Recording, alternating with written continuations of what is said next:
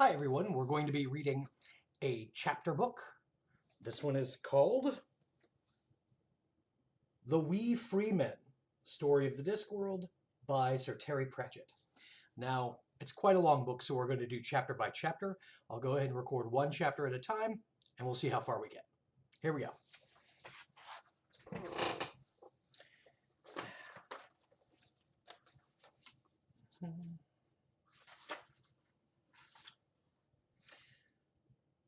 Terry Pratchett, Wee Free Men. Chapter 1, A Clang Well Done. Some things start before other things. It was a summer shower, but didn't appear to know it, and it was pouring rain as fast as a winter storm. Miss Perspicacia Tick sat in what little shelter a raggedy hedge could give her, and explored the universe. She didn't notice the rain, which has dried out quickly. The exploring of the universe was being done with a couple of twigs tied together with string, a stone with a hole in it, an egg, one of Miss Tick's stockings, which also had a hole in it, a pin, a piece of paper, and a tiny stub of pencil. Unlike wizards, witches learn to make do with a little. The items had been tied and twisted together to make a device. It moved oddly when she prodded it. One of the sticks seemed to pass right through the egg, for example, and came out the other side without leaving a mark.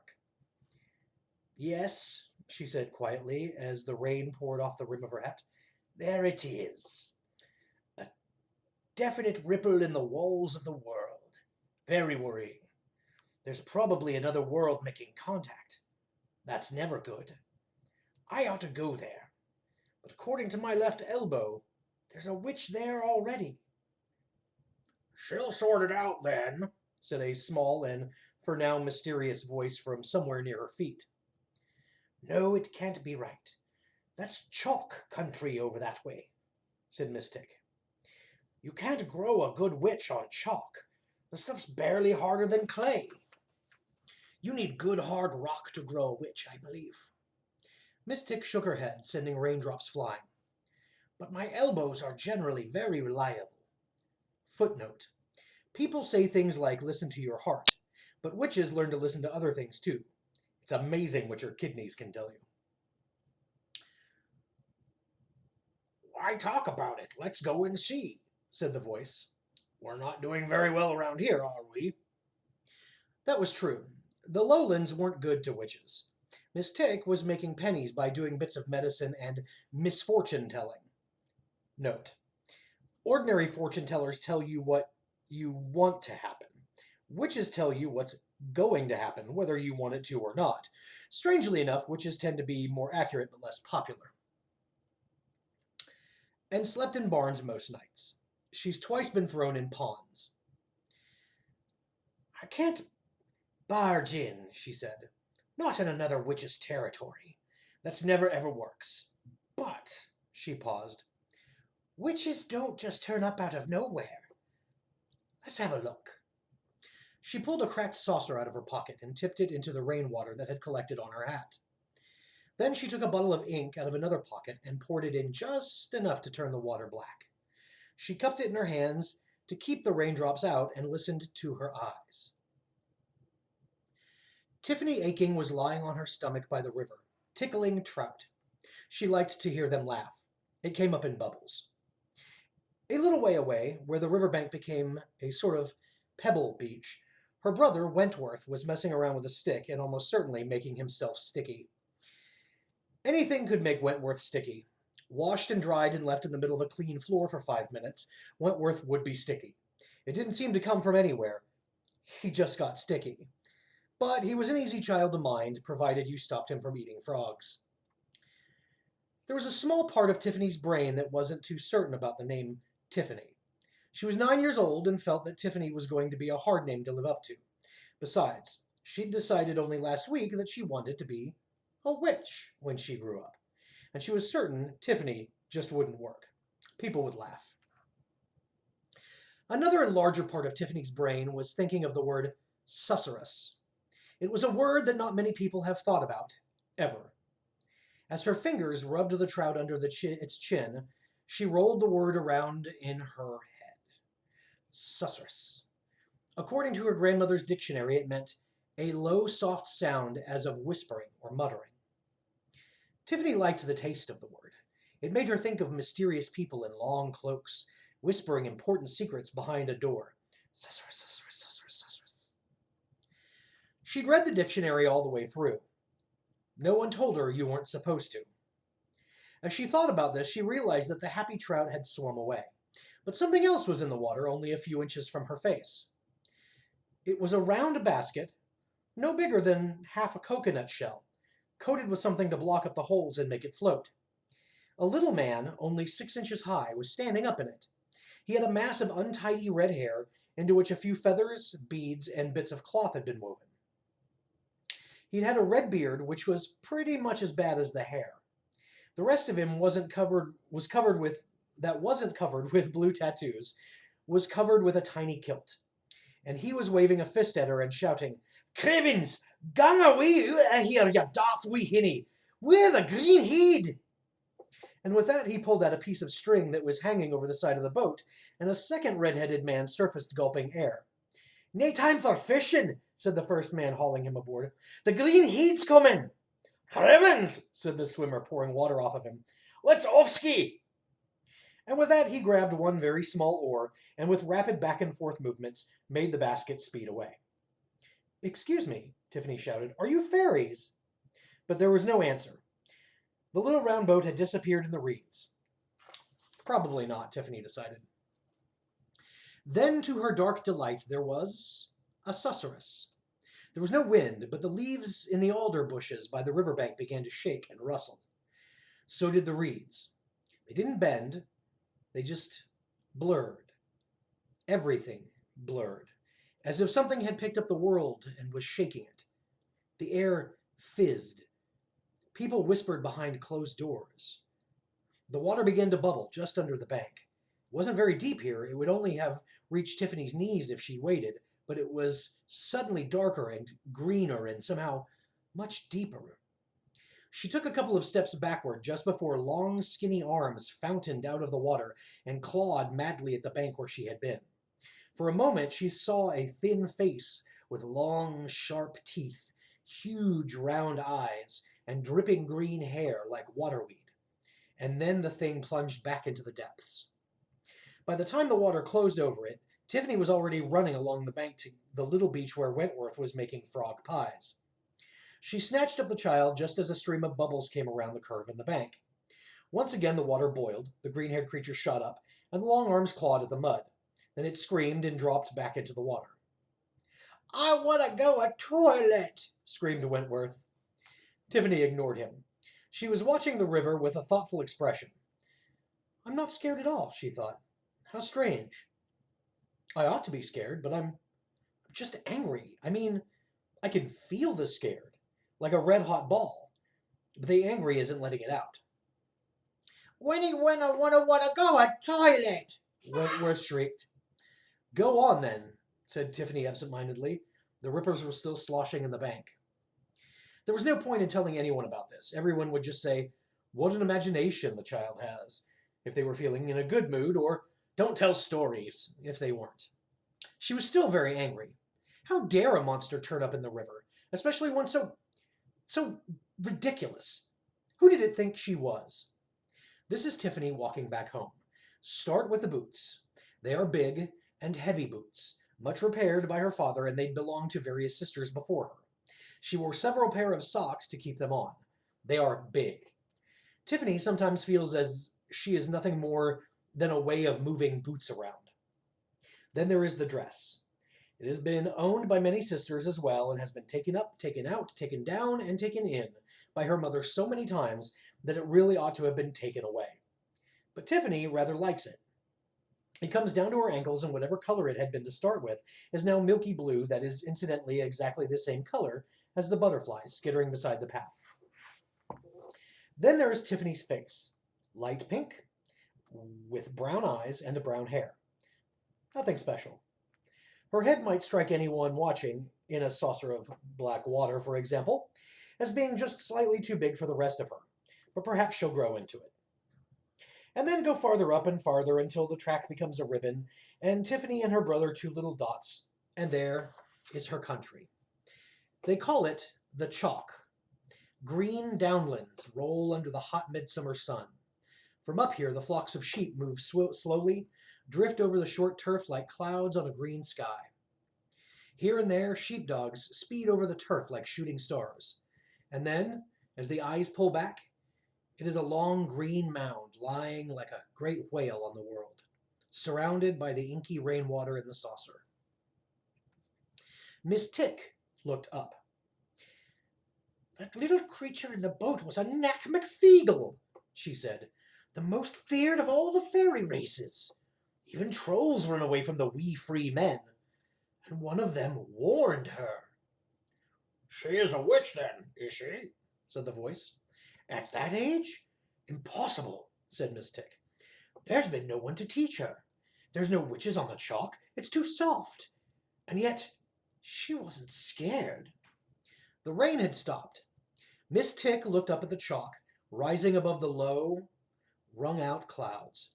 It was about 5 miles away. "The child needs watching," she said. "But Chalk's too soft to grow a witch on." Only the mountains were higher than the Chalk. They stood sharp and purple and gray, streaming long trails of snow from their tops even in summer. Brides of the sky, Granny Aching had called them once, and it was so rare that she ever said anything at all, let alone anything that wasn't to do with sheep, that Tiffany had remembered it. Besides, it was exactly right. That's what the mountains looked like in the winter, when they were all in white and the snow streams blew like veils. Granny used old words and came out with odd old sayings. She didn't call the downland the Chalk. She called it the Wold. Up in the Wold, the wind blows cold, Tiffany had thought, and the word had stuck that way. She arrived at the farm. People tended to leave Tiffany alone. There was nothing particularly cruel or unpleasant about this, but the farm was big and everyone had their jobs to do, and she did hers very well, and so she became, in a way, invisible. She was the dairymaid, and good at it. She made better butter than her mother did, and people commented how good she was with cheese. It was a talent. Sometimes when the wandering teachers came to the village, she went and got a bit of education, but mostly she worked in the dairy, which was dark and cool. She enjoyed it. It meant she was doing something for the farm. It was actually called the home farm. Her father rented it from the baron, who owned the land, but there had been Achings farming it for hundreds of years, and so her father said, quietly sometimes after he had a beer in the evenings, as far as the land knew, it was owned by the Achings. Tiffany's mother used to tell him not to speak like that, although the baron was always very respectful to Mr. Aching since Granny had died 2 years ago, calling him the finest shepherd in these hills, and was generally held by the people in the village to be not too bad these days. It paid to be respectful, and Tiffany's mother and the poor man had sorrows of his own. But sometimes her father insisted that there had been Achings, or Akins, or Archins, or Akins, or Akins, spelling had been optional, mentioned in old documents about the area for hundreds and hundreds of years. They had these hills in their bones, he said, and they'd always been shepherds. Tiffany felt quite proud of this, and in an odd way, because it might also be nice to be proud of the fact that your ancestors moved around a bit too, or occasionally tried new things, but you've got to be proud of something. And for as long as she could remember, she'd heard her father, an otherwise quiet, slow man, make the joke, the one that must have been handed down from Aching to Aching for hundreds of years. He'd say, "Another day of work and I'm still aching," or "I get up aching and I go to bed aching," or even "I'm aching all over." They weren't particularly funny after about the third time, but she'd miss it if it didn't get said at least to one of them every week. They didn't have to be funny. They were father jokes. Anyway, however they were spelled, all her ancestors had been aching to stay, not aching to leave. There was no one around in the kitchen. Her mother had probably gone up to the shearing pens with a bite of lunch for the men, who were shearing this week. Her sisters Hannah and Fastidia were up there too, rolling fleeces and paying attention to some of the younger men. They were always quite eager to work during shearing. Near the big black stove was the shelf that was still called Granny Aching's library by her mother, who liked the idea of having a library. Everyone else called it Granny's shelf. It was a small shelf, since the books were wedged between a jar of crystallized ginger and the China Shepherdess that Tiffany had won at a fair when she was 6. There were only 5 books, if you didn't include the Big Farm Diary, which, in Tiffany's view, didn't count as a real book because you had to write it yourself. There was the dictionary, there was the almanac, which got changed every year, and next to that was Diseases of the Sheep, which was fat with bookmarks that her grandmother had put there. Granny Aching had been an expert on sheep, even though she called them just bags of bones, eyeballs, and teeth looking for new ways to die. Other shepherds would walk miles to get her to come and cure their beasts of ailments. They said she had the touch, although she just said that the best medicine for sheep or man was a dose of turpentine, a good cussin', and a kick. Bits of paper with Granny's own recipes for sheep cures stuck out all over the book, mostly involved turpentine, but some included cussin'. Next to the book on the sheep was a thin little volume called Flowers of the Chalk. The turf of the downs was full of tiny, intricate flowers, like cowslips and harebells, and even smaller ones that somehow survived the grazing. On the chalk, flowers had to be tough and cunning to survive the sheep and the winter blizzards. Someone had colored in the pictures of the flowers a long time ago. On the flyleaf of the book was written in neat handwriting, Sarah Grizzle, which had been Granny's name before she was married. She probably thought Aching was at least better than Grizzle. And finally, there was The Good Child's Book of Fairy Tales, so old that it belonged to an age when there were far more E's around. Tiffany stood on a chair and took it down. She turned the pages until she found the one she was looking for and stared at it for a while. Then she put the book back, replaced the chair, and opened the crockery cupboard. She found a soup plate, went over to a drawer, took out the tape measure her mother used for dressmaking, and measured the plate. She said. 8 inches. Why didn't they just say? She unhooked the largest frying pan, the one that could cook breakfast for half a dozen people all at once, and took some sweets from the jar on the dresser and put them in an old paper bag. Then, to Wentworth's sullen bewilderment, she took him by a sticky hand and headed back down toward the stream. Things still looked very normal down there, but she was not going to let that fool her. All the trout had fled, and the birds weren't singing. She found a place on the riverbank with a right-sized bush. Then she hammered a piece of wood into the ground as hard as she could, close to the edge of the water, and tied the bag of sweets to it. Tiffany was the kind of child who always carried a piece of string. "Candy, Wentworth," she shouted. She gripped the frying pan and stepped smartly behind the bush. Wentworth trotted over to the sweets and tried to pick up the bag. It wouldn't move. "I want to go a toilet," he yelled, because it was the thread that usually worked. His fat fingers scrabbled at the knots. Tiffany watched the water carefully. Was it getting darker? Was it getting greener? Was that just waterweed down there? Were those bubbles just a trout laughing? No. She ran out of her hiding place with the frying pan swinging like a bat. The screaming monster, leaping out of the water, met the frying pan coming the other way with a clang. It was a good clang, with the oi oi oi oi oi oi oi as the mark of a clang well done. The creature hung there for a moment, a few teeth and bits of green weed splashing into the water, then slid down slowly and sank with some massive bubbles. The water cleared and was once again the same old river, shallow and icy cold and floored with pebbles. What a sweeties!" screamed Wentworth, who never noticed anything else in the presence of sweets. Tiffany undid the string and gave them to him. He ate them far too quickly, as he always did with sweets. She waited until he was sick, and then went back home in a thoughtful state of mind. In the reeds, quite low down, small voices whispered, "Crivens, wee Bobby, did you no see that? Aye, we better offski and tell the big man we found the hag." Miss Tick was running up the dusty road. Witches don't like to be seen running. It looks unprofessional. It's also not done to be seen carrying things, and she had her tent on her back. She was also trailing clouds of steam. Witches dry out from the inside. "It had all those teeth," said the mystery voice, this time from her hat. "I know," said Miss Tick. "And she just hauled off and hid it." "Yes, I know." "Just like that." Yes, very impressive, said Miss Tick. She was getting out of breath. Besides, they were already on the lower slopes of the downs now, and she wasn't good on chalk. A wandering witch likes firm ground under her, not a rock so soft you could cut it with a knife. Impressive? Said the voice. She used her brother as bait. Amazing, wasn't it? Said Miss Tick. Such quick thinking. Oh no. She stopped running and leaned against a field wall as a wave of dizziness hit her. What's happening? What's happening? Said the voice from her head. I nearly fell off. It's this wretched chalk. I can feel it already. I can do magic on honest soil, and rock is always fine. I'm not too bad on clay even, but chalk's neither one thing or the other. I'm very sensitive to geology, you know. What are you trying to tell me? Said the voice. Chalk is a hungry soil. I don't really have much power on chalk.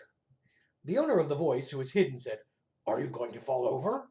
No, it's just the magic doesn't work. Miss Tick did not look like a witch. Most witches don't, at least the ones who wander from place to place.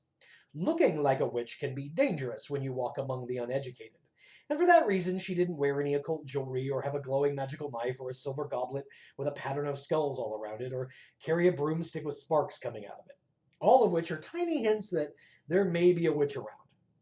Her pockets never carried anything more magical than a few twigs, maybe a piece of string, a coin or two, and, of course, a lucky charm. Everyone in the country carries lucky charms, and Miss Tick had worked out that if you didn't have one, people would suspect that you were a witch. You had to be a bit cunning to be a witch. Miss Tick did have a pointy hat, but it was a stealth hat, and only pointed when she wanted it to. The only thing in her bag that might have made anyone suspicious was a very small, grubby booklet entitled an Introduction to Escapology by the great Williamson. If one of the risks of your job is being thrown into a pond with your hands tied together, then the ability to swim 30 yards underwater fully clothed, plus the ability to lurk under the weeds, breathing air through a hollow reed, count as nothing if you aren't also amazingly good with knots. You can't do magic here, said the voice in the hat. No, I can't, said Miss Tick. She looked up at the sounds of jingling. A strange procession was coming up the white road. It was mostly made up of donkeys pulling small carts, with brightly painted covers on them. People walked alongside the carts, dusty to the waist. They were mostly men. They wore bright robes, or robes at least that had been bright before they trailed through mud and dust for years, and every one of them wore a strange black square hat. Miss Tick smiled. They looked like tinkers, but there wasn't one among them, she knew, who could mend a kettle. What they did well was sell invisible things. And after they'd sold what they had, they still hadn't. They sold what everybody needed, but often didn't want. They sold the key to the universe to people who didn't even know it was locked. I can't do, said Miss Tick, straightening up, but I can teach. Tiffany worked for the rest of the morning in the dairy. There was cheese that needed doing. There was bread and jam for lunch, her mother said. The teachers are coming to town today. You can go if you've done your chores. Tiffany agreed that yes, there were one or two things that she'd quite like to know more about. Then you can have half a dozen carrots and an egg. I dare say they could do with an egg, poor things, said her mother. Tiffany took them with her after lunch and went to get an egg's worth of education. Most boys in the village grew up to do the same jobs as their fathers, or at least some other job somewhere in the village where someone's father would teach them as they went along. The girls were expected to grow up to be somebody's wife. They were also expected to be able to read and write, those being considered soft indoor jobs that were too fiddly for the boys. However, everyone also felt that there were a few other things that even the boys ought to know, to stop them wasting time wondering about details like what's on the other side of the mountains and how come rain falls out of the sky. Every family in the village bought a copy of the almanac every year, and a sort of education came from that. It was big and thick and printed somewhere far off, and it had lots of details about things like phases of the moon and the right time to plant beans. It also contained a few prophecies about the coming year and mentioned faraway places with names like Klatch and Hershiva. Tiffany had seen a picture of Klatch in the almanac. It showed a camel standing in a desert. She'd only found out what both of these things were because her mother had told her, and that was Klatch, a camel in a desert. She'd wondered if there wasn't a bit more to it, but it seemed that Klatch equals camel, comma, desert was all anyone knew. And that was the trouble. If you didn't find some way of stopping it, people would go on asking questions. The teachers were useful there. Bands of them wandered through the mountains, along with tinkers, portable blacksmiths, miracle medicine men, cloth peddlers, fortune tellers, and all the other travelers who sold things that people didn't need every day but occasionally found them useful. They went from village to village delivering short lessons on many subjects. They kept apart from the other travelers and were quite mysterious in their ragged robes and strange square hats. They used long words like corrugated iron. They lived rough lives, surviving on what food they could earn from giving lessons to anyone who would listen. When no one would listen, they lived on baked hedgehog. They went to sleep under the stars, which the math teachers would count, the astronomy teachers would measure, and the literature teachers would name. The geography teachers got lost in the woods and fell into bear traps. Poor people were usually quite pleased to see them. They taught children enough to shut them up, which was the main thing after all, but they always had to be driven out of the villages by nightfall in case they stole chickens. Today, the brightly colored little booths and tents were pitched in a field just outside the village. Behind them, small square areas had been fenced off with high canvas walls and were patrolled by apprentice teachers looking for anyone trying to overhear education without paying. The first tent Tiffany saw had a sign which read, Geography, Geography, Geography. For today only, all major land masses and oceans, plus everything you need to know about glaciers. 1 penny, or all major vegetables accepted. Tiffany had read enough to know that while he might be a whiz at major land masses, this particular teacher could have done with some help from the man running the stall next door. The wonders of punctuation and spelling. 1. Absolute certainty about the comma. 2. I before E completely sorted out. 3. The mystery of the semicolon revealed. 4. See the ampersand, small extra charge. 5. Fun with brackets. Will accept vegetables, eggs, and clean clothing. The next stall along was decorated with scenes out of history, generally kings cutting one another's heads off and similar interesting highlights. The teacher in front was dressed in ragged red robes with rabbit skin trimmings and wore an old top hat with flags stuck in it. He had a small megaphone he aimed at Tiffany. The death of kings through the ages, he said. Very educational. Lots of blood. Not really, said Tiffany. Oh, you've got to know where you've come from, miss, said the teacher. Otherwise, how will you know where you're going? I come from a long line of aching people, said Tiffany, and I think I'm moving on. She found what she was looking for at a booth hung with pictures of animals, including, she was pleased to see, a camel. The sign said, Useful creatures, today. Our friend, the hedgehog. She wondered how useful the thing in the river had been, but this looked like the only place to find out. A few children were waiting on the benches inside the booth for the lesson to begin, but the teacher was still standing out front in the hope of filling up the empty spaces. Hello, little girl, he said, which was only for his first big mistake. I'm sure you want to know all about hedgehogs, eh? I did this one last summer, said Tiffany. The man looked closer, his grin faded. Oh, yes, he said. I remember. You asked all those little questions. I would like a question answered today, said Tiffany. Provided it's not the one about how you get baby hedgehogs, said the man. No, said Tiffany patiently. It's about zoology. Zoology, eh? That's a big word, isn't it? No, actually it isn't, said Tiffany. Patronizing is a big word. Zoology is quite short. The teacher's eyes narrowed further. Children like Tiffany were bad news. I can see you're a clever one, he said, but I don't know any teachers of zoology in these parts. Veterinary, yes, he said, but not zoology. Any particular animal? Jenny Greenteeth, a water-dwelling monster with big tweedy teeth and claws and eyes like soup plates, said Tiffany. What size of soup plates? Do you mean big soup plates? A whole full portion bowl with maybe some biscuits? Possibly even a bread roll? Or do you mean a little cup you might get if, for example, you just ordered soup and a salad? The size of soup plates that are 8 inches across, said Tiffany, who'd never ordered soup and a salad anywhere in her life. I checked. That's a puzzler, said the teacher. I don't think I know that one. Certainly not useful, I know that. It sounds made up to me. Yes, that's what I thought, said Tiffany, but I'd still like to know more about it. Well, you could try her. She's new. The teacher jerked his thumb towards a little tent at the end of the row. It was black and quite shabby.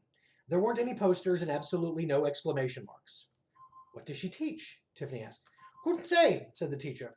She says it's thinking, but I don't know how you teach that. That'll be 1 carat, thank you. She went closer. Tiffany saw a small notice pinned to the outside of the tent. It said, in letters which whispered rather than shouted, I can teach you a lesson you won't forget in a hurry. End of chapter 1. We'll continue next time with chapter 2.